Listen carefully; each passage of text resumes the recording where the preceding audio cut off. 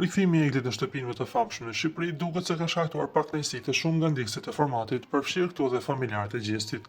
Në një postim të bërë së fundmi në Instastorin e tij, në një shkrim të gjatë, thuhet ndër të tjerë se personazhet e rikthyer në shtëpi po përpiqen të rrëzojnë Gjestin, duke përdorur ato çka kanë parë jashtë. I mbyllur për më shumë se 150 ditë, pa qasjen e botën e jashtme, pa shliruar luftin e thëshëthemeve apo gjykimin e turmës, pa ditur çfarë mendon bota, që nuk ndjen as duart rrhitet e atyre që e duan, por as për buzën e atyre që nuk e duan, përsërisht e ndjekin në çdo lëvizje të jenë. I vin njerëz që kanë pasur fatin të dalin jashtë, të mbushur me informacione të freskëta dhe t'ia servirin ato të përzgjedhurat për ta thyer, për ta rrëzuar duke nxitur të dëshojë të vetja dhe të humbas busullën e lojës.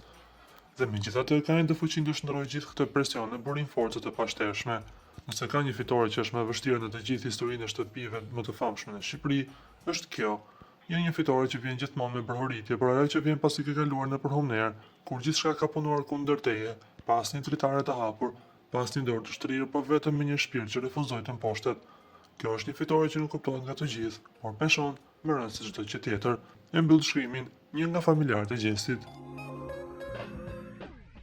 Pas të rikthimit të Eglit, ajo ka ndryshuar totalisht sjelljen kundër Gjestit, duke e bërë këtë të fundit konfuz në lidhje me informacionet që ajo mund të ketë marrë jashtë shtëpisë.